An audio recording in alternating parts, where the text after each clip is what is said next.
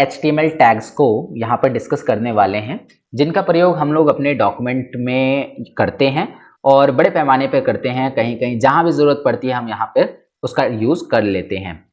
तो इसमें से कुछ टैग्स हैं जो फॉर्मेटिंग के ही काम आते हैं, लाइक बी टैग। अब बी टैग का यूज़ करके आप किसी भी पर्टिकुलर वर्ड को बोल्ड कर सकते हैं। उदाहरण के लिए अगर हम यहाँ पर देखें तो एग्जाम्पल दिया है कि अगर आप पैराग्राफ टैग के अंदर कुछ भी लिखते हैं, लाइक लिखा आपने दिस इज माई पेन, तो दिस इज माई पेन में पेन के आगे और पीछे आपने बी टैग का इस्तेमाल कर दिया, तो इसका जो रिजल्ट होगा उसमें दिस इज माई तो सही लिखा होगा, लेकिन जो पेन होगा वो थोड़ा सा बोल्ड शो करेगा। ओके, चलिए इसको उदाहरण से समझते हैं। यहाँ पर हमारे पास जो कोडिंग्स हैं, लाइक इसमें हम क्या करना चाहते हैं कि ये जो भी हेडिंग्स दी हुई है ना, इनको बोल्ड करना चाहते हैं। तो इसके लिए हम इसके आगे क्या कर देंगे, बी लिख देंगे और फिर लास्ट में हम बी को क्या कर देंगे, क्लोज कर देंगे।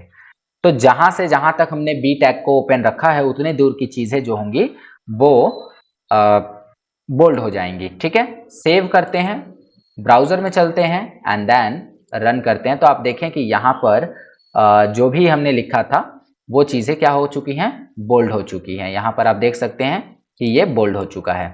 ठीक है, आपको 20 में किसी भी चीज को बोल्ड अगर करना है तो बी टैग आप यहाँ पे यूज कर सकते हैं, जैसे मैंने यहाँ पर यूज किया।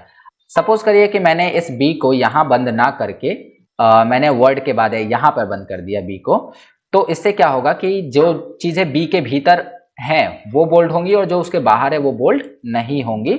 सेव किया और अब हम इसको रन करके इसका इफेक्ट देखते हैं। तो आप यहाँ पे जाहिर तौर पे देख सकते हैं कि यहाँ पे ये तीनों तो बोल्ड है लेकिन ये दोनों बोल्ड नहीं हुई हैं। ठीक है, चलिए तो आशा करता हूं कि आपको बी टैग समझ में आ गया होगा। दूसरा आई टैग, इससे आप किसी भी चीज को इटैलिक कर सकते हैं, मतलब किसी भी, जैसे बी से बोल्ड कर सकते हैं, सिमिलरली आई से आप इटैलिक कर सकते हैं।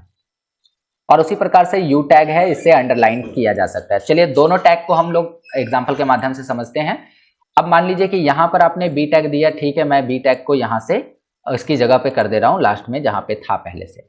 अब मैं चाहता हूं कि ये जितना भी टेक्स्ट लिखा हुआ है ना, ये सब का सब इटैलिक फॉर्म में आए। तो हम क्या कर देंगे, यहां पर आई को शुरू करेंगे और अंत में आई को बंद करेंगे। इससे क्या होगा कि जहां तक आई खुला है वहां तक की चीजें इटैलिक होती चली जाएंगी।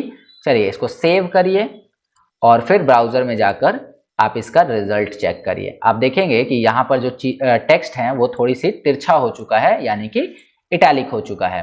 ठीक है, आप अगर इसको हटा दीजिए, आई को अगर हटा देते हैं थोड़ी देर के लिए, आई को हटा देते हैं, तब देखिए क्या होता है, ये पहले जैसा एकदम हो जाएगा।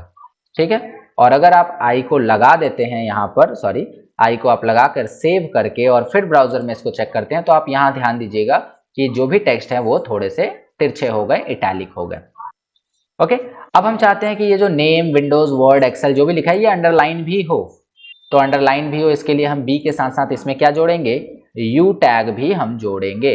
बट क्या हो अगर हम इस यू टैग को बंद करना भूल जाएं, सपोज हो सकता है कि आप इसको बंद करना भूल जाएं, तो क्या होगा अगर हम इसको बंद करना भूल जाएंगे। हमने इसको सेव किया, सेव करने के बाद में हमने इसको रन कराया, तो आप देखेंगे कि उसके बाद जितनी चीजें थी सब अंडरलाइन हो चुकी हैं, सब की सब क्या हो चुकी हैं, अंडरलाइन। बट हमें अंडरलाइन किसको करना था, केवल एक्सेस तक। सो हमें अपने कोडिंग में थोड़ा सा चेंज करना पड़ेगा और एक्सेस के बाद हमें यहाँ पर यू टैग को जो है बंद करना पड़ेगा। यू टैग को हमें ऐसे बंद करना पड़ेगा, स्लैश देने से बंद हो जाता है। सेव करिए एंड देन आप ब्राउजर में जाकर चेक करिए कि जहां हमने यू टैग को बंद कर दिया उसके आगे इसका इफेक्ट नहीं गया। तो ये चीजें छोटी छोटी हैं लेकिन बहुत काम की चीजें होती हैं। ओके, चलिए अब इसके अलावा है स्ट्राइक। अब स्ट्राइक थ्रो का यूज करके आप क्या कर सकते हैं, किसी भी चीज को कटा हुआ दिखा सकते हैं। सपोज करिए कि आप इसमें दिखाना चाहते हैं कि ये जो बंदा है वो फेल है, ये भी फेल है क्योंकि इनके 25 मार्क्स आए हुए हैं। तो अब इन दोनों को हमें स्ट्राइक करना होगा। उसके लिए हम क्या करेंगे कि अपने कोड में जाएंगे और जो जो स्ट्राइक करना है उसके आगे बस हम क्या लिख देंगे, स्ट्राइक लिख देंगे, STRIKE, स्ट्राइक। ओके, और लास्ट में आप इसको क्या कर देंगे, बंद कर देंगे, यहां पर कर देंगे स्ट्राइक को बंद। अब आप क्या करेंगे कि इसी चीज को मैं यहां से कॉपी कर लेता हूं और इस 25 के जगह पे प्लेस कर देता हूँ। उसके बाद में सेव करते हैं इसको। सेव करने के बाद में जब हम इसको रन करेंगे तो आप देखेंगे कि ये 25 और ये 25 जो है स्ट्राइक हो चुके हैं, यानी कि कट चुके हैं। आप देख पा रहे होंगे यहाँ पर कि ये दोनों जो है स्ट्राइक हो चुके हैं, अर्थात इन दोनों को काटा जा चुका है। तो आशा करता हूं कि आपको ये चीजें समझ में आ रही हैं। इसके बाद अगर हम चलें तो कुछ दिया है जैसे सबस्क्रिप्ट और सुपरस्क्रिप्ट। तो सबस्क्रिप्ट और सुपरस्क्रिप्ट का क्या काम होता है, किसी चीज को बेस में लिखना है। जैसे यहाँ पर है कि H2SO4, तो इसका रिजल्ट जो बनेगा वो H बनेगा। अब चूंकि 2 जो है वो सबस्क्रिप्ट का पार्ट है, सो 2 यहाँ नीचे लिखेगा और SO यहाँ पर लिखेगा और 4 जो है नीचे लिखेगा। ठीक है, H2SO4। उसके बाद में सुपरस्क्रिप्ट की अगर हम बात करें तो सुपरस्क्रिप्ट में क्या है, दिस इज माय 1 और यहाँ पर ST लिखा है। तो 1ST जो है सुपरस्क्रिप्ट में है, तो इसका जो रिजल्ट आएगा वो आएगा दिस इज माय फर्स्ट, 1 के बाद यहाँ पर ST लिखा होगा, first day in this class, first day in this class. तो कुछ ये रिजल्ट आपको यहाँ पे दिखेगा। आप चाहें तो इस एग्जाम्पल को भी रन कराकर देख सकते हैं। तो इस एग्जाम्पल को रन कराने के लिए मैं इसको यहाँ से ले रहा हूँ। नोटपैड के अंदर जहां भी आपको इसे रन कराना है उसके बाद बॉडी बंद होने से पहले आप इसको कहीं भी टाइप कर दीजिए। और दूसरा वाला एग्जाम्पल भी मैं ले रहा हूँ यहाँ पर, दूसरा वाला एग्जाम्पल भी मैं यहाँ पे ले रहा हूँ। कंट्रोल C किया एंड देन यहाँ पर कंट्रोल के साथ V किया। यहाँ पर P टैग को बंद कर लेते हैं। चलो अब इसको हम करेंगे सेव, और सेव करने के बाद में हम लोग क्या करेंगे, इसको क्रोम ब्राउजर के अंदर रन करके चेक करेंगे। और नीचे आप देख सकते हैं कि यहाँ पर H2SO4 उसका रिजल्ट आया है और दिस इज माय 1 के बाद जो ST है वो ऊपर चला गया, यानी कि सुपरस्क्रिप्ट में। ये थोड़ा सा गैप है, इस गैप का कारण हो सकता है वहां पर स्पेस हो। यस, स्पेस है यहाँ पर, तो स्पेस को हटा दिया। और अब हम इसे रन करके देखते हैं। रन करने के लिए क्रोम ब्राउजर एंड देन तो आप देख सकते हैं दिस इज माय फर्स्ट, 1 के बाद ST जो है ऊपर चला गया, इसी को हम सुपरस्क्रिप्ट कहते हैं। तो आशा करता हूं कि आपको ये पूरा एग्जाम्पल अभी तक समझ में आ गया होगा। और भी कुछ चीजें हैं जैसे स्ट्रॉन्ग है, तो स्ट्रॉन्ग का यूज करके आप टेक्स्ट को बोल्ड ही कर सकते हैं, मतलब बोल्ड की जगह पर ही आप क्या कर सकते हैं, इसे यूज कर सकते हैं। आप बोल्ड की जगह पर स्ट्रॉन्ग को भी यूज कर सकते हैं। ठीक है, और एक है EM, इसको इटैलिक की जगह पर, I की जगह पर यूज कर सकते हैं। जबकि HR टैग जो है, HR टैग का प्रयोग आप किस लिए करते हैं, हॉरिजॉन्टल लाइन देने के लिए। ये हॉरिजॉन्टल लाइन HR टैग से दी जाती है। अब इसमें अलाइन सेट कर सकते हैं, नो सेट, साइज और विड्थ सेट कर सकते हैं आप। ठीक है, चलिए अब देखिए इसका जो एग्जाम्पल है वो नीचे दिया गया है। आप इस एग्जाम्पल को एक बार अच्छे से देख लीजिए। एग्जाम्पल में है कि आप यहाँ पर देखें तो HTML है, हेड है, टाइटल है। उम्मीद करता हूँ कि आपको ये चीज़ें अब याद हो गई होंगी कि क्यों यहाँ पर ये सब चीज़ें लग रही हैं। फिर बॉडी है। अब बॉडी के बाद में हमें काम को करना है। जैसे हमने यहाँ लिखा H1 यानी कि हेडिंग 1, और हेडिंग 1 में लिख दिया विंडोज। जबकि HR में लिखा align left, size 20, width 50%, noshade. ये सारे के सारे एट्रीब्यूट्स हैं किसके, HR टैग के। मुख्य रूप से HR टैग है और बाकी की जो चीजें हैं वो उसके एट्रीब्यूट्स हैं।